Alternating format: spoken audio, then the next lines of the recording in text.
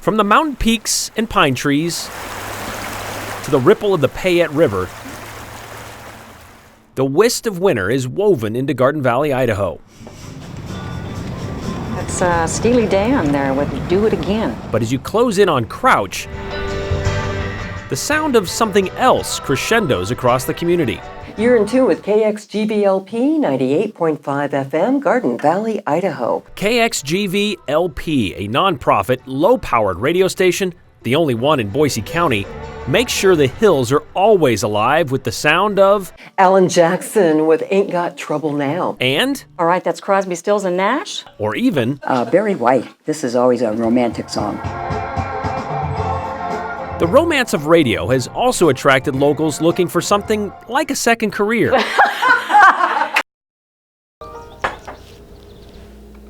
What is a life worth? Or rather, what is a life's stuff worth? It's a question often asked of Lisa Shackelford, who's made a 20-year career out of sorting through stuff and setting up estate sales. And those that know about it will line the shore or skim the surface for hours without having to wait more than 5 minutes to feel the fight of these giants of freshwater fish. Yep, that's the way it is.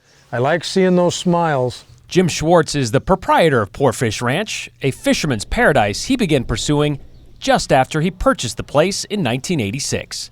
Dug and built a pond and started throwing fish in it. Do you want to take the hook out? That first pond eventually led to this one, No, not there. that Jim calls a 3-acre home to more than 300,000 fish, 1,300 of which are sturgeon, and whose sizes span from 12 inches to 7.5 feet. How big is this? How does he know this? Well, I put them all in there. While white sturgeon are a protected species in Idaho, Jim was able to get a federal permit to prime his catch-and-release pond. Oh, did you see the big one jump out of the water? That's humongous. So for the last 7 years, with the help of pickled herring, the ranch's reputation has hooked more than its fair share of happy customers who may have found him on social media. But mostly it's word of mouth. Oh, you got one? Yep. People come out here and have so much fun that they tell their friends. Or they bring their friends, like Willie and Anthony, 2 teenage trawlers who are seasoned sturgeon stalkers. How do you know when to get a bite? It just tugs. And just like that, Anthony adds another to his tally. Caught another one. Who's this?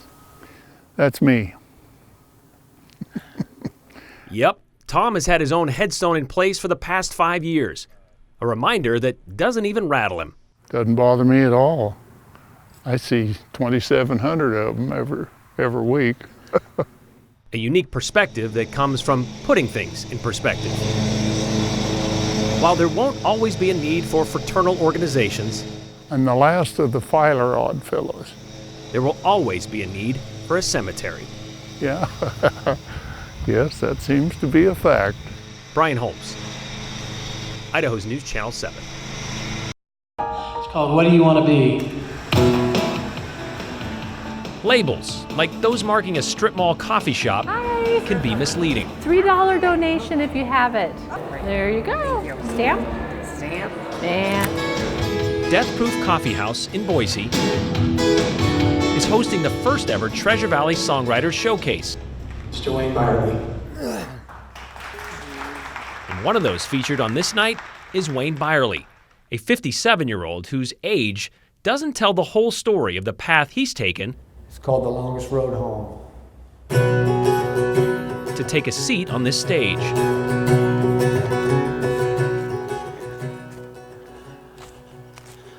On 3.5 acres outside Middleton, Wayne has made his way back home. His family first moved to Middleton in 1973, so at the age of 12, Wayne was waking up every day to 35 acres worth of chores. Those chores never ended. A life of labor Wayne wanted nothing to do with. I wanted some excitement. I was looking for excitement. That elusive excitement was found in felony burglary. From the fourth floor window of my purgatory cell, I watched the sun slowly waking in the east. He turned 22 at the Idaho State Penitentiary, and after serving 2 years, he sought a new life in Phoenix, Arizona. Living through this window on the world, I'm dying a minute at a time. But his past came back to him. And when his friend tried to entice him to rob banks, Wayne was all ears. I guess I was looking for a shortcut. And if I could rob a bank and get a bunch of money and get away with it, what fun I could have. 6 o'clock evening news as a modern day. They did 3 before being caught. He was 3.5 years into a 15-year federal prison sentence when his cellmate handed him his guitar. He taught me 3 chords, and he got out a year later. And when he got out a year later, I was giving him lessons. You see, that's the thing with Wayne. He doesn't do anything halfway. I don't have the ability to just do it a little bit. So those days of solitary cell life led to lucid dreams of a life in music. By 1993, he was back in Phoenix, released on parole.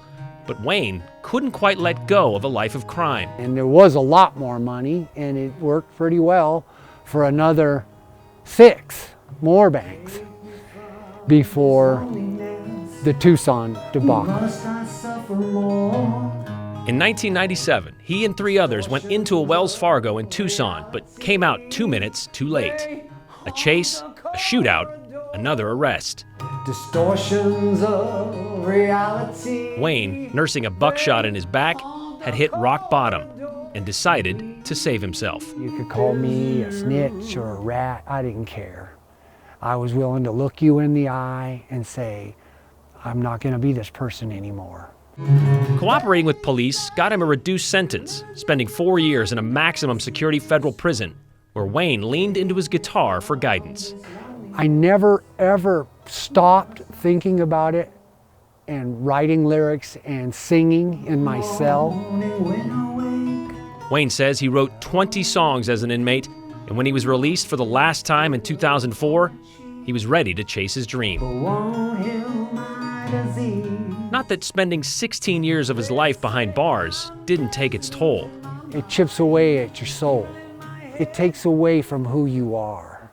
That's Owen Robert, named after my dad and her dad. Back in Idaho since 2008, he says his life now, filled with music, with a wife and 3 kids, has helped replace those pieces he lost. Oh, I feel like I'm filling myself back up.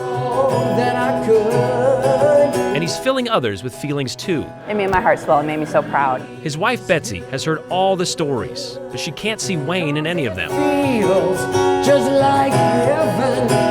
It's hard to believe he was that person back then because he's just completely different. Because labels don't tell the whole story. I'm dying a minute at a time. So can a modern-day Jesse James make his way in music? Wayne will face that stretch in a way he knows all too well. 1 minute at a time. And if something more comes of it, great. And if nothing more comes of it, I'll just grow old writing my songs. Brian Holmes, Idaho's News Channel 7.